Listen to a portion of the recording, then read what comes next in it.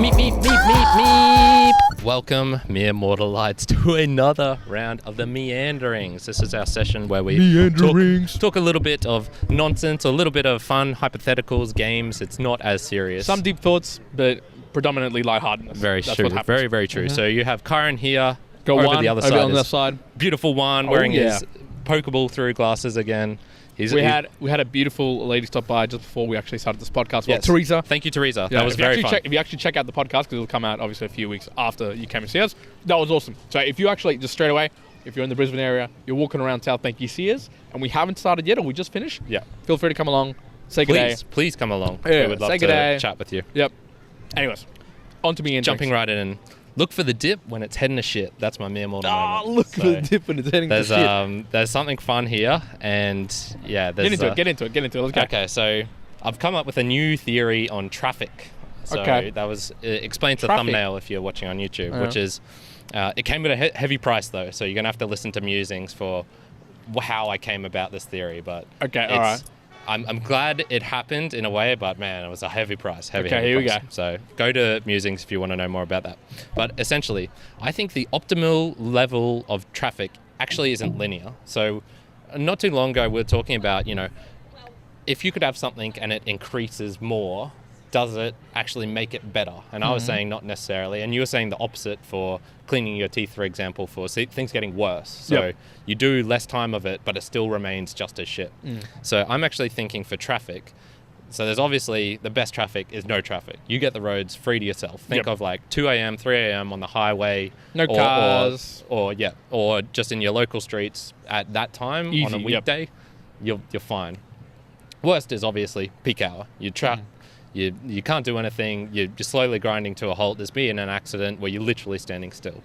So you would think, okay, you've got the really good and the really bad, and it'd probably be just a level, like a straight linear worsening from those two. Would you assume that? I would have sort of assumed that, but I would say that it would get parabolic real quick at the very top end of it. Okay, yeah. That's what I would say. Yeah, okay. Yeah, so I'm still thinking like it's more going to be like more of a linear type. Yeah, like crappy, getting crappy. Oh, it's really crappy, but not ridiculous. But you'd expect like the line to always sort of be on an upwards trend. Yes. I don't think this is true. I think there's a point where there's a dip right in the middle.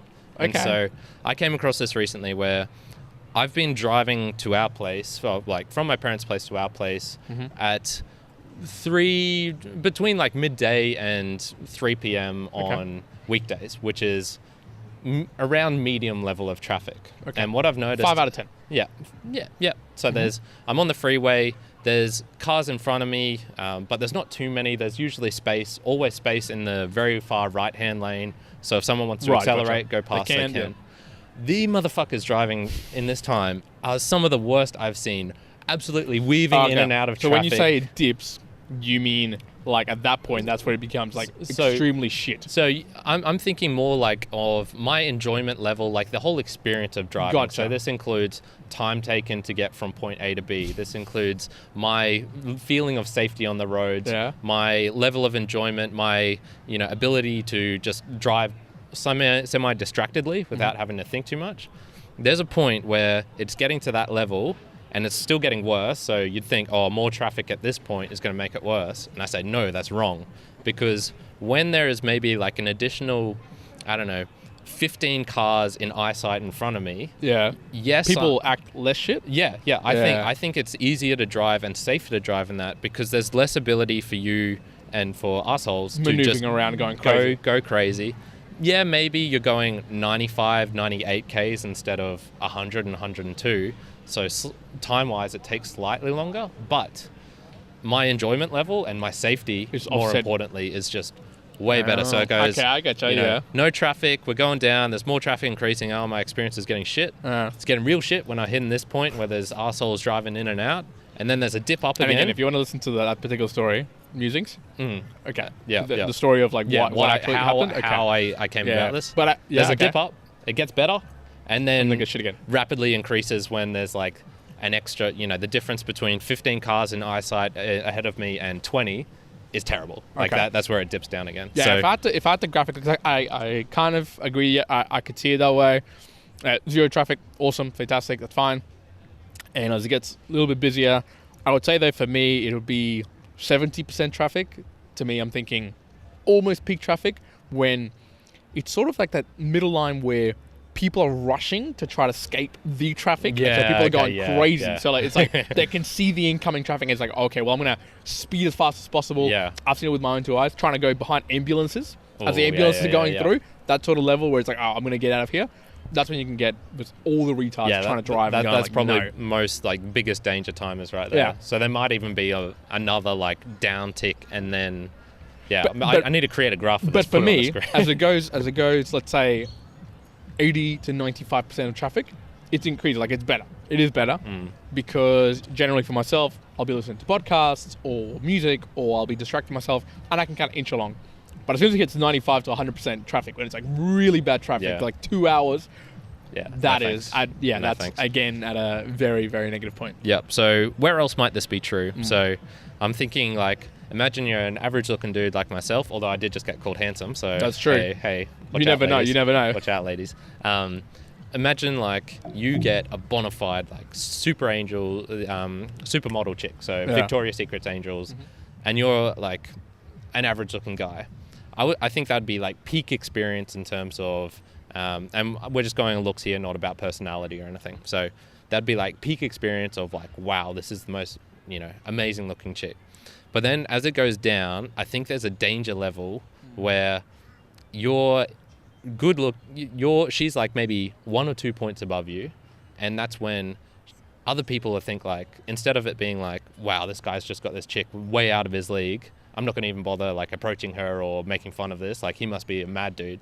I think there's a point where she's slightly better looking than you, where it's like the danger zone. There's going to be people making fun of you. Like they're going to come in, try and steal your girl, try and show you up, that sort of thing. Because you could have just lucked into that. True. So and then it comes like into like the diff again. The validity of actually potentially being able to interact with her and get it to be your partner. It's like, oh, okay, now it's plausible. Yeah, like exactly. It is plausible. Exactly. Whereas if you're like average looking and you've got supermodel Miranda Kerr type level, that's other like, people are still like, oh, that's out of my range. Yeah. I can't comprehend that. There's something else going on there. Another one, food quantity of something tasty. So the more the better. Like if I've got a full cheesecake in front of me, that's the best, because then I can choose how much I want, and it's like, yep, that's good. As it gets less and less, it starts to get to the point where it'll be like, okay, there's less cheesecake, so I can't, choose as accurately, or it's maybe getting older or something like that. And then there'll be a point where it's like, there's a half or a quarter of a cheesecake. It's too much for me to eat in one sitting, but it's not enough for 2 sittings. So I'm going to have to eat all of it. Or I'm going to have to not eat enough. And so there's that another dip again where like the experience level, this is in the negative side, the experience level like dips down in the middle when you think it should be linear. Yeah, so there's obviously, maybe if I think it the other way, there's some sort of optimal range band, whether it's food eating or traffic, where it's like, okay, this is good. And outside of that, it starts going up and down, but sometimes not as you'd expect it, not in that linear path. Yeah. Or it doesn't, as you were saying, doesn't need to be necessarily linear, but you'd think like a step increase would be better in some sort of way, or vice versa, worse in some way. Like more cake, better. It's like, no, now it's worse because it's too much. Yeah. Another one, the heat. I love it when it's super, super hot, because I can sweat, everyone's sweating. If I'm exercising and sweating, that's totally fine. But it gets to a point where it's like, okay, less heat. That's sort of, not as good, because I just really love the heat. And then it'll get to a point where it's like, okay, you'd think this would be optimal temperature, a nice 22 or 23, but I sweat way more, and other people won't be sweating. So I'll be walking around with like super sweaty armpits, and no one else is. So it's like, there's all these dips, man. I just started noticing it everywhere. I was like, damn. The dips are true. And that's it. I reckon that'd probably also be in money or income. I don't know where it would sit in the spectrum. I think that there would come a point where you think, I think the general consensus, even though there's all that research about, after $75,000 or whatever it may be, then you're already as happy as you're going to be.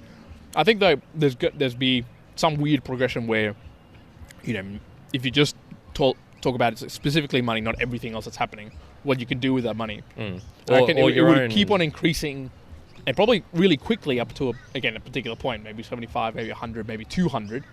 But then I think it would just flatline. It would just flatline or just start going down even the more and more and more you have. Yeah, I think, we're both listened to that podcast between Lex Fridman and Vitalik. Yeah. And he was saying, he got given $6 billion. $6 billion, yeah. And he was freaking out because he just didn't, this was too much money. He didn't know what to do with it. It was too much power, he was saying. Yeah, too much power. Too much power. Didn't want it, so he gave it away, essentially. And yeah, that's concerning. You get up to that sort of level where you have to worry about your own safety because you've just got so much money. Like, you've got so much money and you can't even hide it, potentially. Yeah. That it's like, you need to have bodyguards. Well, what it makes me think of what's the danger. Like, imagine just walking around a city. Like, say we're in Brisbane. Imagine walking around the city.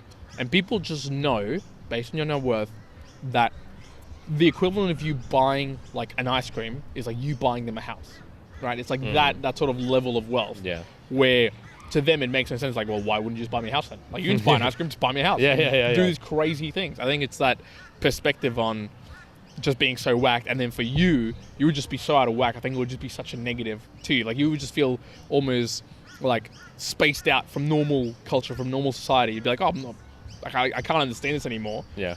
And it's not even implicit. Like, even us, if we just got given like $10 billion, it would change it would just change. It would start changing your mindset. For sure. Not for the fact of like, oh, well, now I'm all like a rich posh person. No, it's just because now you have all this money, you have to do stuff with it. Yeah. Or you have to like take care of it. Like, You can't just sit there. Even it sitting there is a problem because it's like, well, should I be leaving it sitting here and earning this interest, or is it going to be actually taken away from so many even things. just the sheer interest being earned on it, like, would cause you trouble. Oh, just a nightmare. Like, your tax levels would just go right up to the highest. Yeah. So that being said, I actually would prefer an ice cream than a house. A house would be too stressful for me. If you see me walking around, well, just buy me like a house worth of ice cream. A house worth of ice cream. Yeah.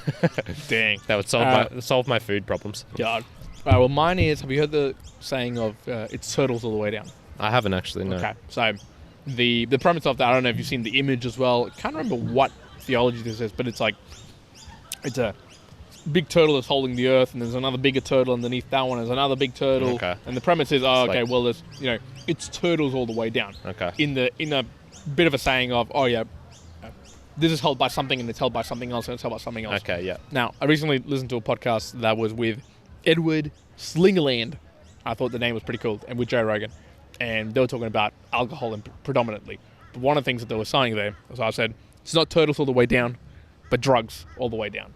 Or chemicals all the way down. So they had an interesting conversation about alcohol and how a lot of people believe that agriculture sort of came around and then alcohol started being used, and then he was kind of showing, and a lot of remnants were being picked up around how alcohol existed probably like 13,000 years ago, a long time ago, and even more predominantly how like alcohol was being used for just a whole ton of things. And from his perspective, was saying, he thinks that probably the use of alcohol and the ritual natures of it, and in tribes, is probably what drove people to actually start crops and whatnot, so they could have more alcohol to actually do their rituals and everything else that they were doing.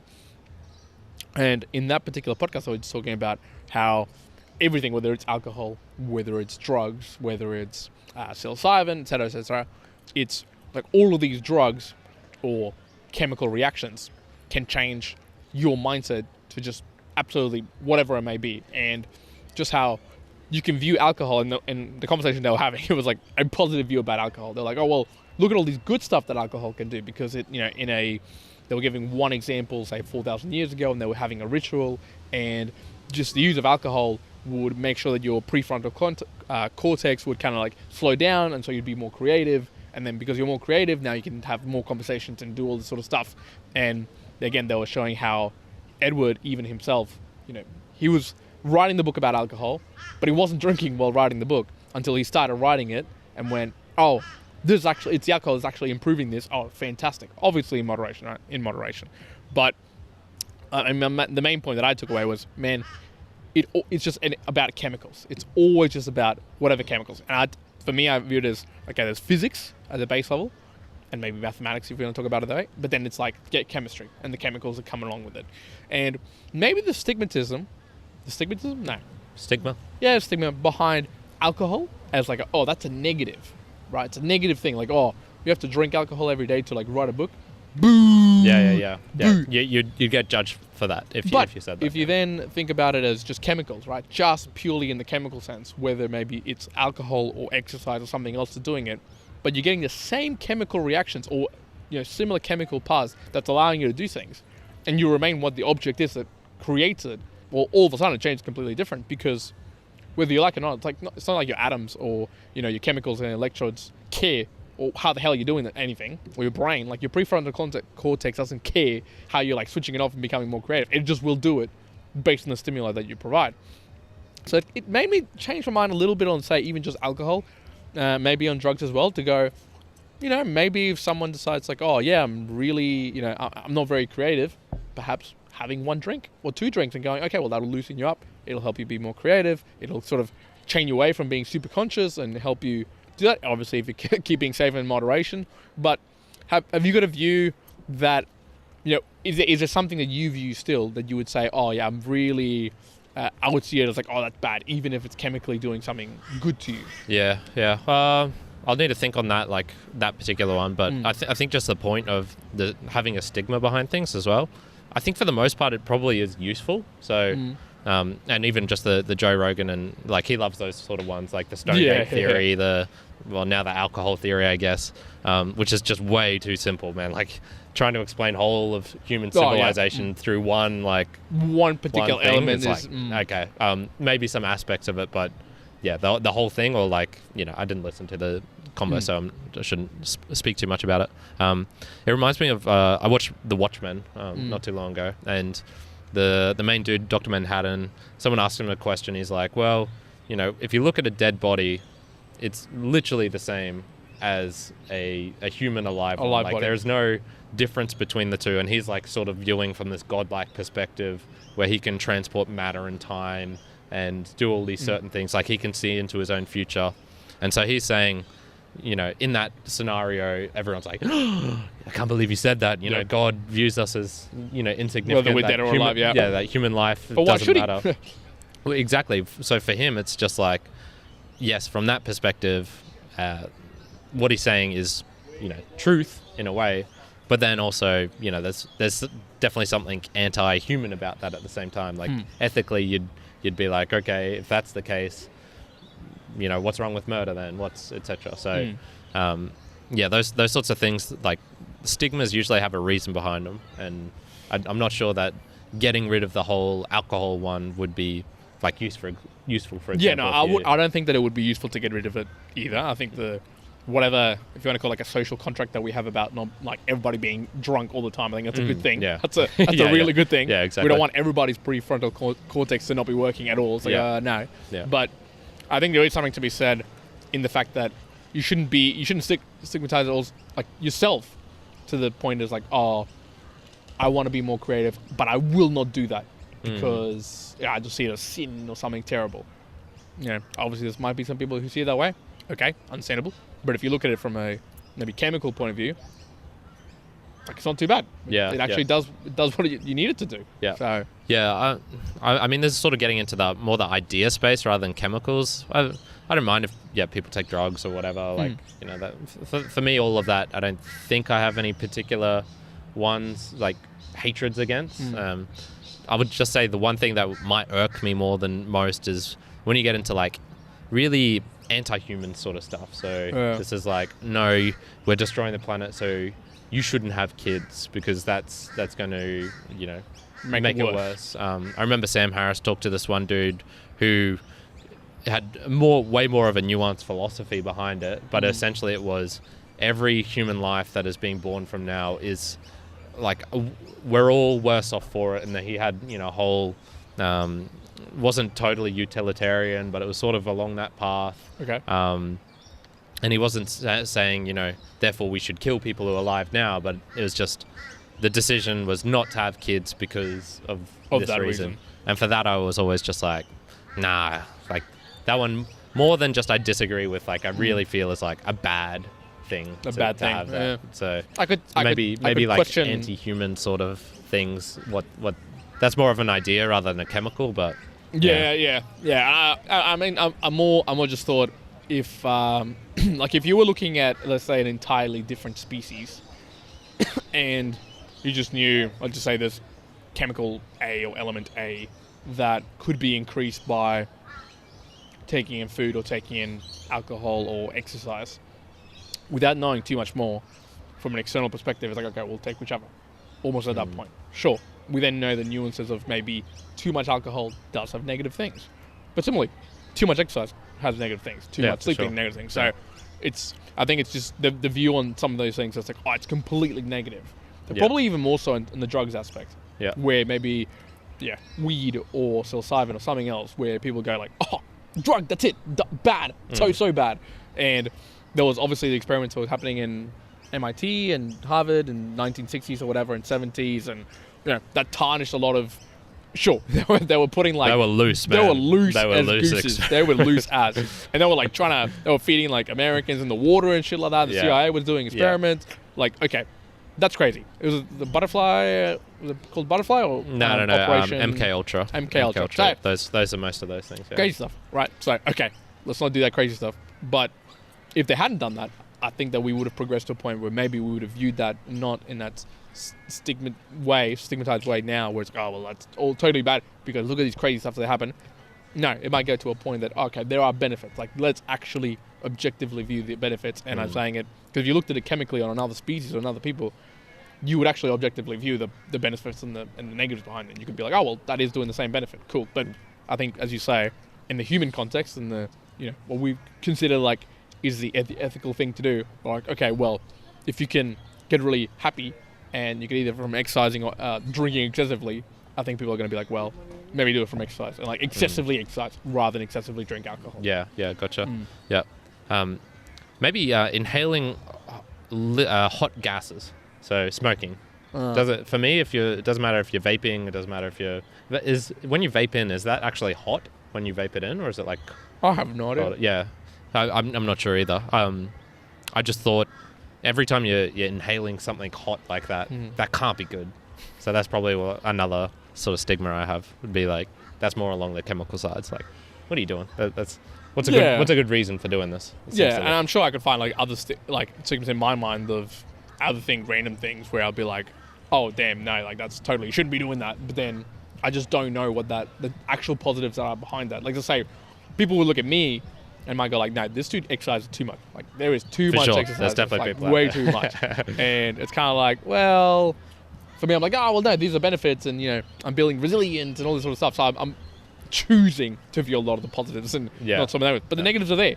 So in the same way, I'm choosing not to view some of them when they totally exist. Yeah, I'm starting to see that with the I'm just playing around with some very minor one arm handstand stuff, and I've always definitely been like, why would you do a max bench squat or like max bench, like 1 rep maxes? They always seem silly to me. And I'm starting to look at the one arms and I'm like, man, they're kind of dangerous. Like, you fall wrong in that, there goes your wrist. There goes, well, not even your wrist, like your shoulder. There goes you can damage any of them really. If you anything to do with the whole arm area, I could see totally messing up if you do something wrong. So, that's probably another area where it's.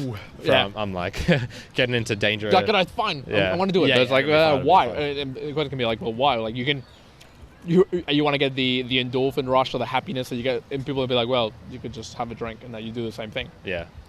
So I promised last week, I didn't promise, but I said last week I should say some of the limericks that I created. Yes, you've got some for that I posted on your, I don't know, what is it, your donation page or something? Donation, Kokoda challenge donation for the Kokoda. So if you donate to Juan's Kokoda challenge, you can actually see some of these on there. But I'll read them out as well. So this is number 1. There was once a man named Manchil who desired a heart of steel. He stole one with glee, but was actually Juan's knee, and both of them failed Kokoda. ...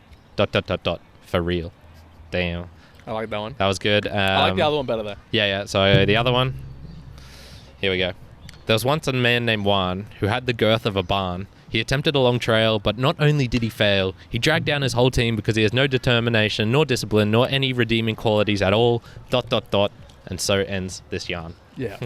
You should have ended it with so ends his tale. No, but I was keeping the limerick structure. Yarn. So Juan, because I was I wanted to use your name. There's nothing that rhymes with Juan. Jan and Barn. So I was like, well, I don't know how I'll get barn in there, but then I was like, oh, a girth of a barn, that sort of makes sense. And then Jan means tail. So. Yeah, okay. Yeah, fair enough. Yep, so how long did I spend on those? Probably a solid half an hour for both of them. Like in total. So you wonder why the mere mortals aren't taken off. Because I'm spending all my time on stupid shit like this. Yeah. So there we go. That's my meanderings for today. I think that's everything for today for meanderings. Yep, that's it for me. So thank you, mere mortalites, for joining us to this point. What are your thoughts on do you have any examples actually of something that should be good, should be bad, should be linear, but no, right in the middle there's a little uptick? I'd love some more examples of those. Yeah. If you have any more examples of, I already forgot what you talked about, something a stigma that might not be useful, or stigma with something chemically related. Just another thing I heard on the Lex podcast when I was talking with Sam Harris. There was this one point where he's like, yeah, I hear a lot of scientists are combining LSD with meth to get like these next level things. So I was just going, damn, LSD with meth. But no, he said LSD with math. Oh, gotcha, okay. So he was saying like mathematicians are experimenting with LSD because it helps their creativity. I think it would be a good thing. I reckon some crazy stuff would just come out of that sort of thing. It probably would be very useful. I haven't taken LSD, but from what I've heard, that seems like something that I don't know this either, but can you take LSD and like fall asleep and dream? So I feel like your dreams would be crazy. Yeah, I don't know. Maybe. I don't know if you can actually do I'm sure someone's done it. Maybe. Yeah, that'd be. You'd probably forget them though. That'd be the problem. It'd be cool. You'd need to be lucid dreaming on LSD. Yeah, like I'd love to hear of some like just crazy things, like just not like take LSD and let's experience it. Let's just go LSD and deep diving. Like LSD and like car racing. Yeah, okay. You know what I mean? Like imagine like Formula 1 racing but with LSD. I would love to see a TV show of that. Like, it's just like you film yourself taking LSD and then doing your extreme sport or your extreme thing, and then you tell us your experience. Doesn't it have to be extreme? Does it have to be like everybody got the same like a hero dose, and you go karting? Or like one of those, you take LSD and then do one of those flash mobs where everyone's like standing still. You're like, you take that and then just wander through the flash mob and see what it's like. it'd just be so weird. There you go, the new TV show. They keep coming out with new TV shows. Coming out with this is probably only going to exist in a couple of countries because they're only going to be legally allowed just in California, I think, maybe. Soon. Yeah. So anyway, that's all right. That's been the Meanderings. Thank you folks for joining us this far. If you could please, if you're listening on the audio, do nice things over there. If you're listening or watching on the video, do nice things over there. You know what to do. Do them. Do nice things. Do them. And share it with a friend. We always appreciate. We're gradually growing some exposure out in different places here and there, and it does help if you tell a friend. So that's it. Thank you very much, everybody. That's it. Me Immortals. One out. Current out. Ooh, LSD.